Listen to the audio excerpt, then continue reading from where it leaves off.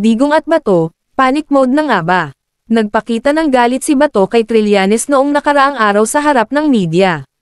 Hinamon niya ito na sumama pa daw siya sa ICC sa pag-aresto sa kanya at siya pa raw mismo ang magposas sa kanya. Talagang halata na nagpapanik na si Bato dahil hindi makeably ito sa kanyang mga mata. Samantala puro mura na naman si Digong sa kanilang rally dyan sa Dumaguete, halatang takot na takot sa ICC. Kaya naman minamabilis nila ang kanilang destab sa administration para matakasan ang ICC. Alam ba ninyo na panlima na pala nila itong pagtatangka na pabagsakin ang gobyerno? Well, nabigo na yung 4, tiyak na mabibigo rin itong panlima, kahit gamitin pa nila ang Senado. Alam ba ninyo na bihira palang pumasok itong si Sara sa kanyang opisina? Pinapaubaya lang niya sa kanyang mga undersecretaries ang lahat ng trabaho. Talagang tamad pala itong si Sara, dapat nang mag-resign siya sa DepEd.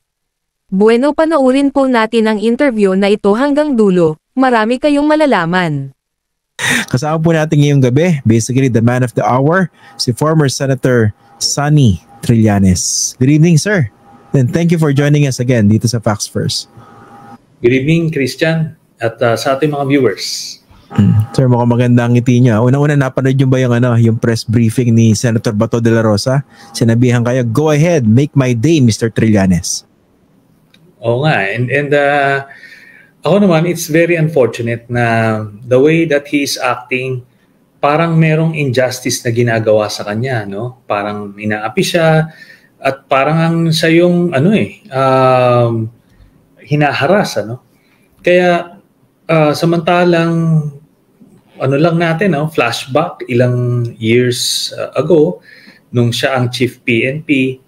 Alala nyo nung nag-speech yan, sabi niya, kayo, sinasabihan niya sa mga pulis, kayo, pagka nalaban, barilin nyo, pagka ayaw lumaban, palabanin nyo. Di ba? Para ganon. At kumbaga, makita mo yung mga nila noon, yung tapang nila noon, yung impunity nila noon. Tapos yung mga patayan noon na walang remorse sila. They actually believe na tama yung ginagawa nila. Kaso nga ganun talaga yung buhay, mananagot ka. At ito na ngayon, yung panahon na yon. At siya naman ngayon yung hindi mapakali, no? Basang-basa mo yung nervyos sa pananalita niya, sa demeanor niya. At, tingnan natin in the weeks to come. Mukha bang sir? Mukha nasa panic mode na ba itong Senator Bato? Tsaka itong dating Pangulong Rodrigo Duterte? Based ito sa mga nakikita at nadidinig natin over the past several weeks. Yes, it's very obvious na nagpapanik na sila. At, sa totoo lang, mahirap matulog niyan. Maninikip yung dibdib niyan. Kaya sana hindi naman sila bangungutin in the process o kasi kailangan talagang makita ng taong bayan na managot yung mga nag-aabuso ng kapangyarihan, magtanda para yung mga susunod na henerasyon ng mga political leaders nyo na yan, talikuran nyo na yung ganyang kalokohan, Ginawa na yan ng kung sino-sino mga leaders sa mundo in world history. Kung nagbabasa ka lang ng world history, ginawa na yung mga purging na mindsets, sila Hitler, sila Pol Pot, kung sino-sino pa, and it did not end well for them. Kaya magtataka ka rito sa mga ito, they were given that chance, 6 years, grabe yung mandato kay Duterte noong 2016. Yung naniniwala sa kanya, daming nagsapalaran sa kanya because they wanted change, Tapos the very same people na nangako sa kanila ng change, sila pala yung papatay sa kanila, magpapahirap. Bakit nila sinayang yun, Yung bang, di ba kayo nagbasa ng history man lang sa elementary at gagawin nyo yung alam nyo na palaging hindi magandang ending dun sa mga ganyang gawain. Just to refresh also the memory of our viewers, baka iba nagtatanong, bakit kinakausap si Senator Sonny Trillanes? Kasi kayo po yung isa sa mga pinakauna na dumulog doon po sa International Criminal Court para papanagutin itong si Duterte at yung kanyang mga henchmen dito sa alleged crimes against humanity. Yun po yung konteksto ng discussion natin. Pero correct me if I'm wrong, Senator, no? Napapansin ko lang, each time na you will go public about updates about the ICC, parang automatic yung reaction nitong sina Senator Bato, nila Duterte. Tama ba? Mukhang nagre-react.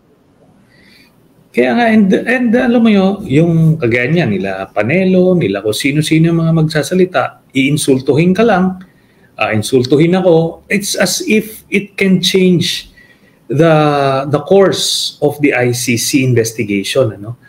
No matter what they say, insultuhin man nila ko o lokohin nila yung publiko, yung ICC investigation will just take its course.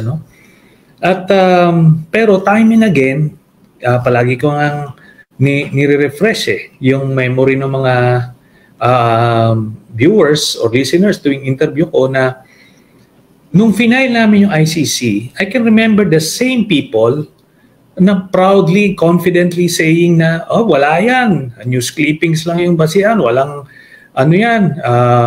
tainted yung mga testigo, questionable, ganyan, basura lang yan, basura.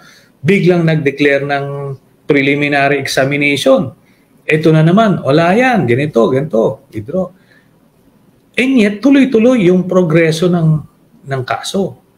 Tapos yan, dumating dito yung ICC at mismong sila na nag-confirm nun. So, nung December, tapos nandito na tayo, yun nga, based on our information, palapit na tayo ng palapit dun sa most important issuance of warrant of arrest.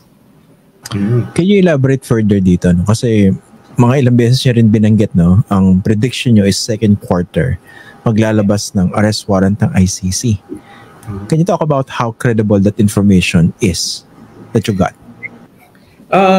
Di sinabi natin di ba, na late second quarter lalabas yung warrant. Remember, lang ito, I'm getting the information from persons who are privy to the investigation. While it is true that the ICC is engaging with me as part of the first who filed the communication with the ICC. Pero yung mga updates sa progression na investigation, bawal yan na makuha, na sabihin nila sa akin directly. So I'm getting it elsewhere. At ito naman, sabi ko nga, simula nung pag-update sa amin ng yun nga, preliminary examination, investigation, pati yung pagbasura nung apila ng gobyerno at that time, tapos yung itong pagpasok sa Pilipinas, lahat yon ina-update ko And so far, I may be off by a month or two, but generally, doon sa ballpark, doon sa window. Ang nakalap ko nung early part of the year is lalabas ng late second quarter of the year yung warrant. Now, sabihin mo nang mag-spill over pa ng, pag sinabi kasi late second quarter, late May, June yan, no? Assume mo na mag-spill over ng July. Basta't mga ganun ang tansya, no? Ang estimate. Kasi ultimately, the prosecutor will file the application for warrant sa pre-trial chamber. Then, yung pre-trial chamber na ang magde-decide at mag-i-issue ng warrant na yon. Historically, tinitignan yung mga track record ng mga pre-trial chambers.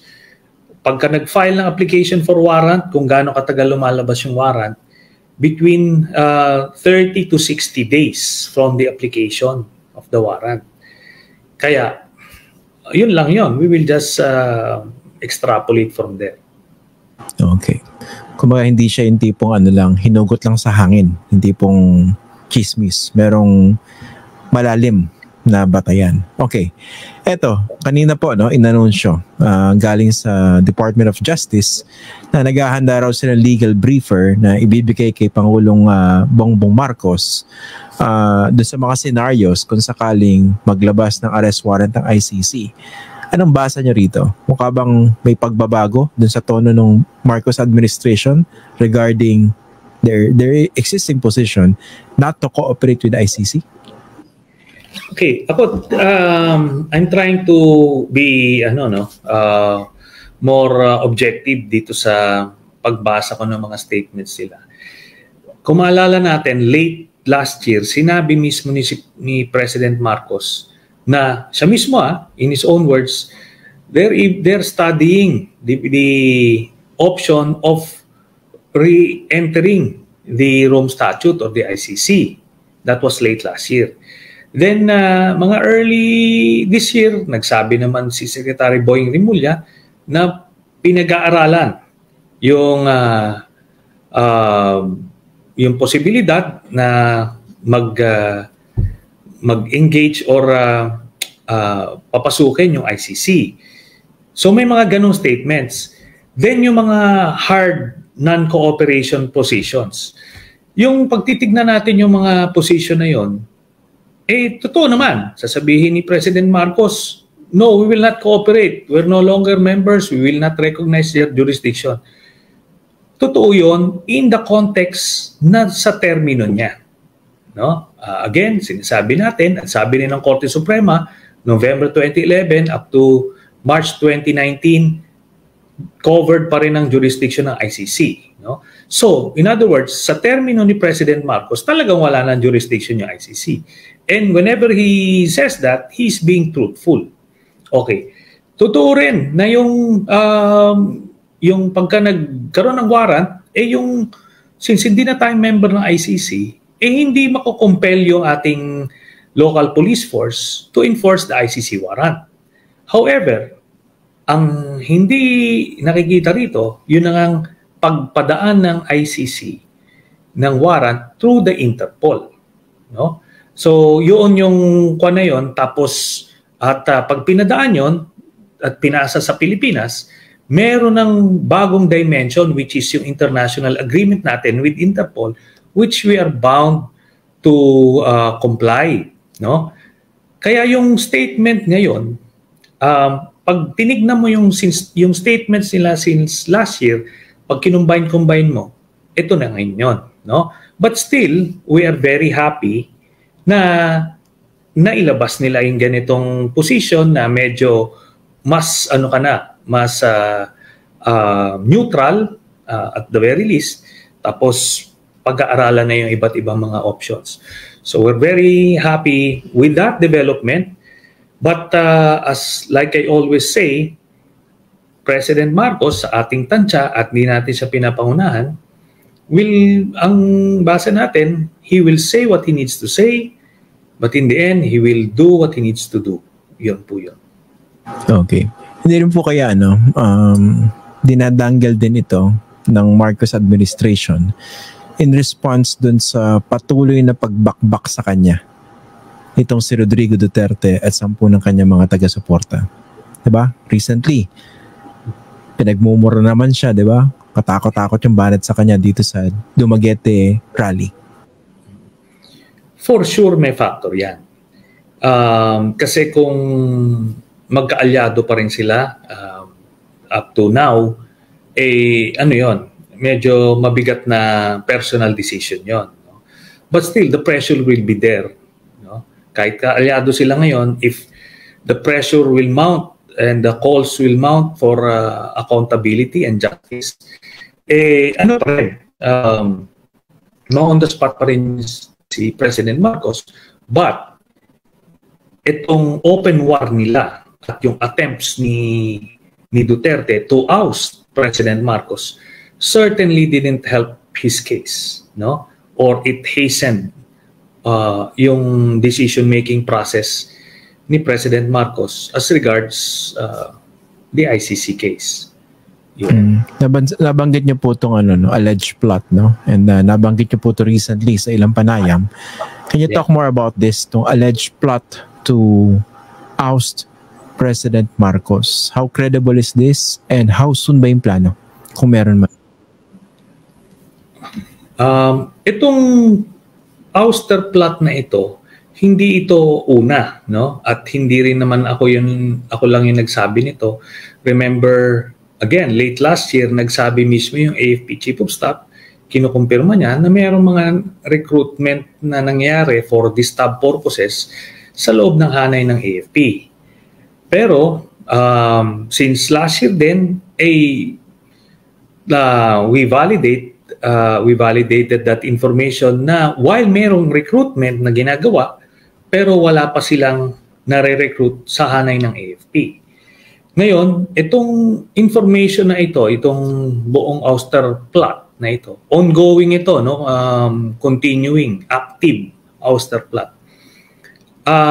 Galing po ito sa sa intel community, no?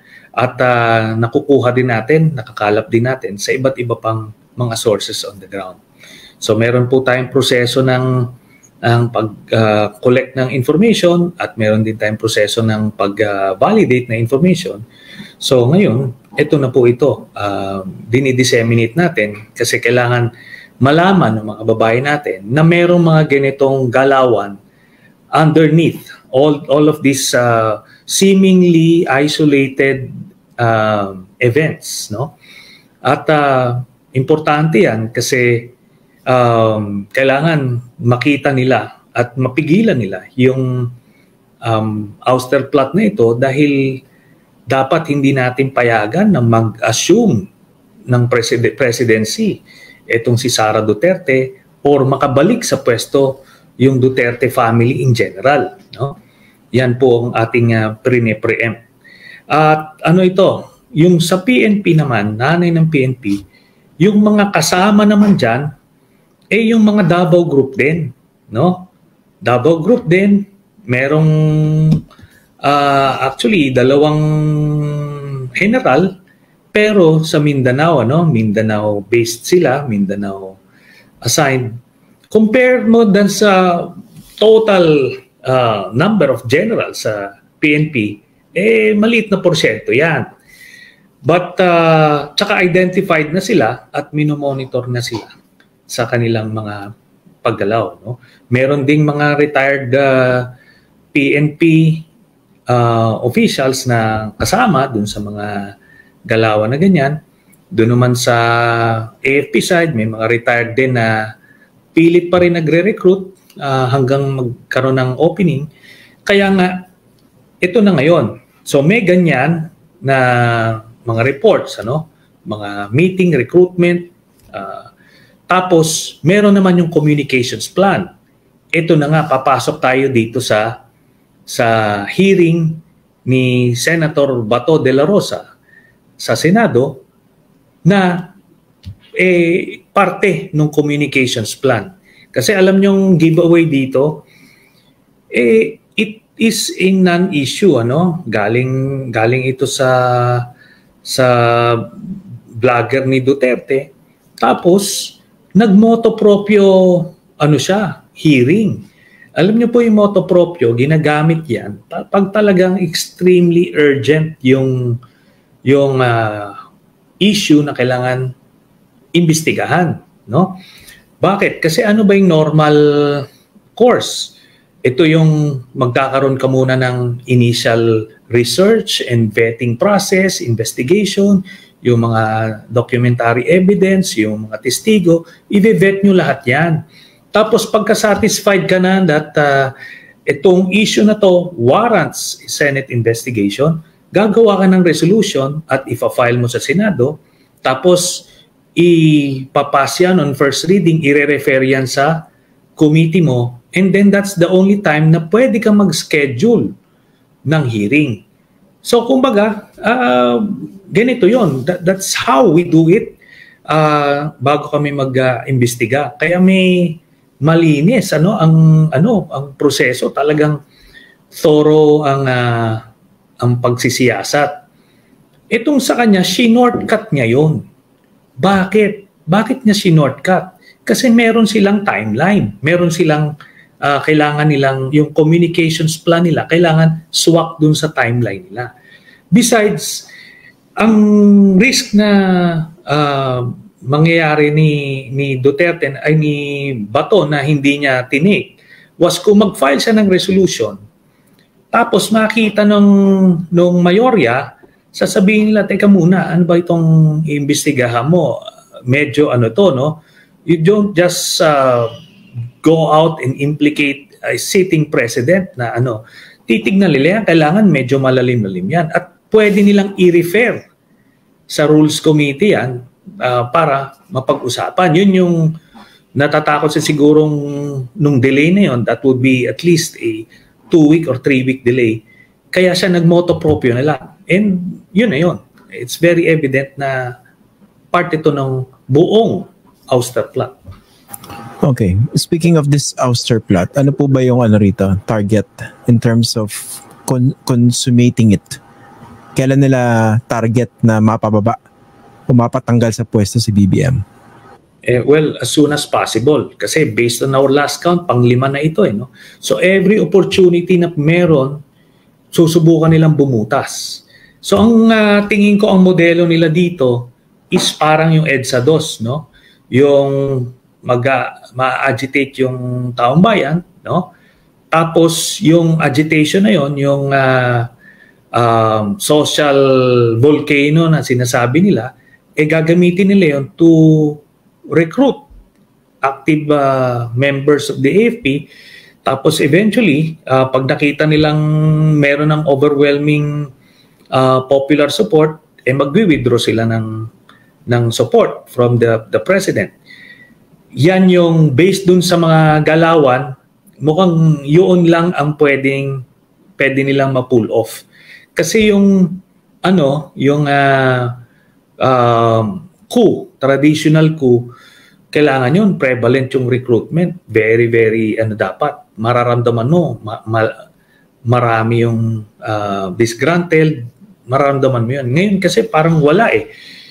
Kasi sa totoo lang, while the Marcos administration is not faultless or hindi siya perfecto, pero wala pa rin nakikitang justifiable reason to oust President Marcos as president. No? Kaya ito ngayon, may bagong issue na naman sila. Di ba? Nung December, early January, yung pulburon, video, sinubukan nila yon, pang-agitate. Maraming mga retired officials doon na nasunog. Nagpirma-pirma pa ng kung ano-anong mga manifesto, tapos kaso nag-fizzle out. Tapos ngayon naman, itong PDEA leaks, sinusubukan nila. Subukan lang bumutas. Early on pa, ginamit nila yung AFP retirement law. Maraming disgruntled nun sa AFP. Pero yung popular support hindi pa naguguhitan eh. Wala pang social outrage for whatever issue. So hindi nagsaswak. Pero na-correct na yung AFP retirement law na yon. Then next yung pension reform law, no? So kumbaga may ganun eh. May mga ganun mga issues na ginagamit nila hoping to agitate the general public and the ranks of the AFP. Kumbaga para may social engineering of sorts na nangyayari, no? Para galitin yung mga tao. Pero nga po, kaya ako natanong yung timeline kasi kung binabanggit nyo, latter part ng second quarter or baka pwede mag-spill over siguro, umabot hanggang third quarter, I don't even know. Pero hindi kaya yun din yung hinahabol na timeline nitong alleged plot to oust President Marcos. Naunahan yung issuance ng arrest warrant? Palagay ko, incidental na lang yan ngayon. Kasi kung titignan mo yung mga galawan nila last year, wala pa namang gano'n na ICC. Na, kasi nung time na yun, on appeal pa yung ICC. Hindi pa nagdi-decision. Tapos medyo mahaba-haba pa sa investigation process. No? Ngayon, talaga may sense of urgency na sila. Parang make or break na sila dito. But when they were trying to oust President Marcos last year, wala pang ganyan necessarily. Ngayon may panibagong dimension dito, yung June 30, no? Date na magto 2 years na nakaupo ang si President Marcos at si Vice President Sara Duterte. Now, based on the Constitution, pag lumagpas ka ng June 30, therefore, less than 4 years ka na sa remaining sa term mo. So pagka nag-assume ka o nag-succeed ka as acting president for whatever reason, whether impeachment, withdrawal of support, or death, o kung ano man, pwede siyang maging eligible siya to run for re-election in 2028. And that matters kasi yan yung GMA model. No? Yung mga planners nung ouster ni Erap noon, hindi pa sila tumotodo until nalagpasan nila yung 2-year threshold na yon. Tapos they went all in, kaya naka 9.5 years ng presidency si GMA. Mautak din kung totoo man. Ayaw na kumbaga i-serve lang yung yung natitira. Kumbaga pwede pa rin tumakbo sa susunod para mas mahaba yung termino. Yung pala yung logic na, no? So in this case, gaano po ba kaseryoso itong threat na ito to oust President BBM, and taken together yung pagbakbak sa kanya ng mga Duterte, ng mga kaalyado, yung Polvoron issue, yung PDEA leaks. Can BBM actually withstand this onslaught na nakikita natin?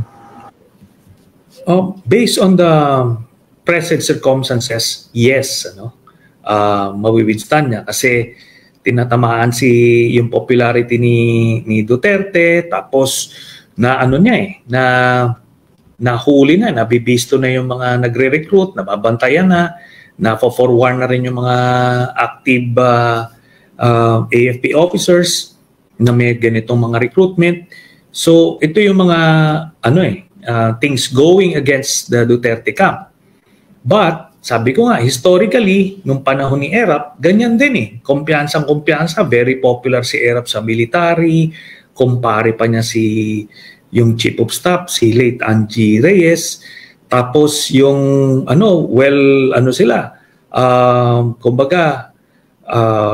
well covered yung box nila sa Senado at sa House. Palaging bilangan yan, hindi sila makakapag-produce ng 1/3. Kung sakali man, hindi nila kaya makapag-produce ng 16 sa Senado. Ganon eh. They were very confident and they got complacent. Nagkaroon ng isang opening, dire-diretso. Mabilis yan. Parang house of cards yan pag nagkaroon ng opening. Kaya sana hindi naman ganyang magkukumpiyansa yung Marcos administration kasi meron ng historical precedent yan. Inga, given this this onslaught from the Dutertes, does it still make sense po na kinikip ni President Marcos si Sara Duterte sa gabinete, na ganun pa rin yung treatment niya sa Vice President, kahit ganun yung ginagawa naman kay BBM nitong pamilya ni Sara Duterte? Merong wisdom din siguro yung kung keep your enemies closer, di ba, na tinatawag. Para lang dito ka muna para ma-disarm sila, ma-off guard sila, it will confuse them, or it can be used later, or tipong he wants to deal with the Dutertes one at a time. Maraming pwedeng wisdom behind this move. We may not agree with it, yung mga straightforward na kalasan, if a-fire ka na agad, may mga potential backlash din naman yon, di ba?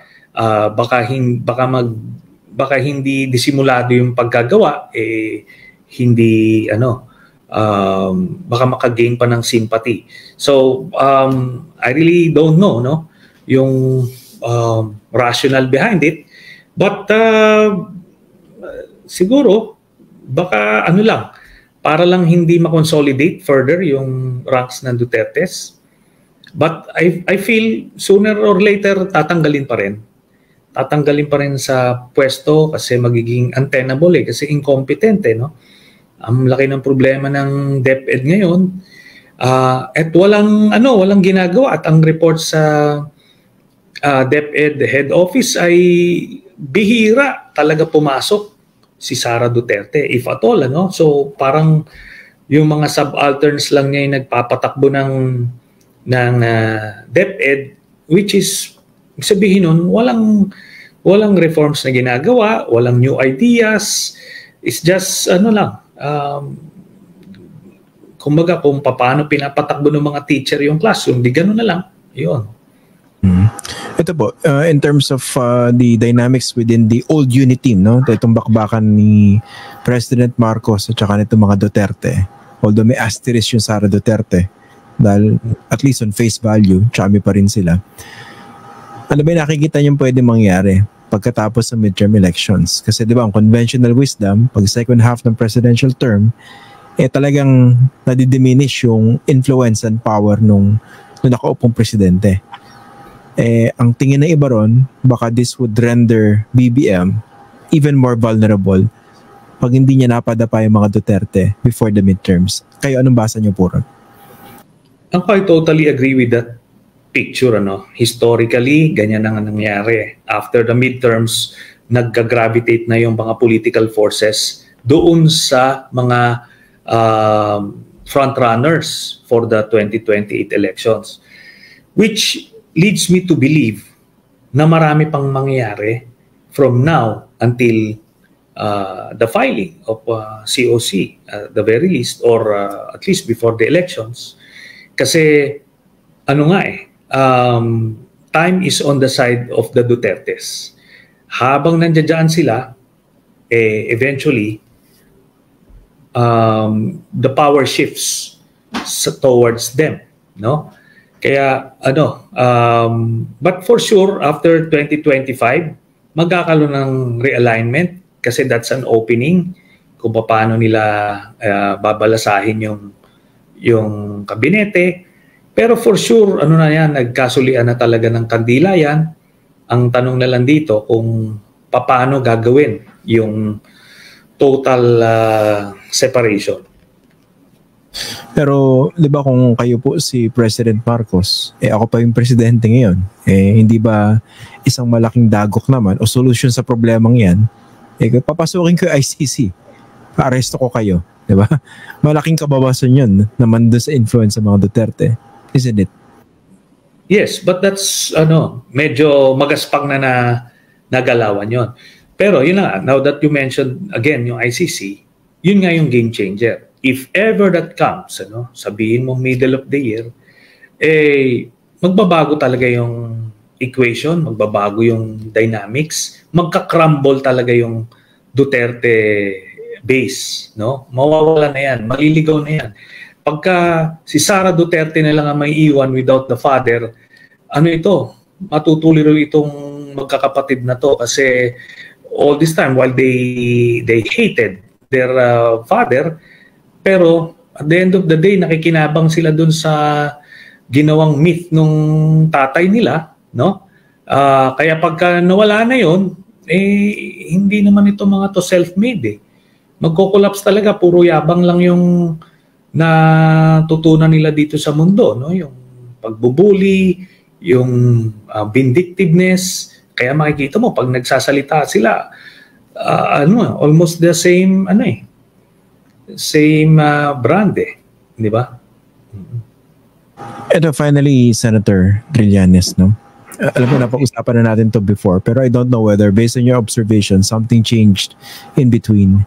Kasi ang conventional wisdom ng iba dyan, magkakagulo na matindi pag ipinadampot itong mga Duterte.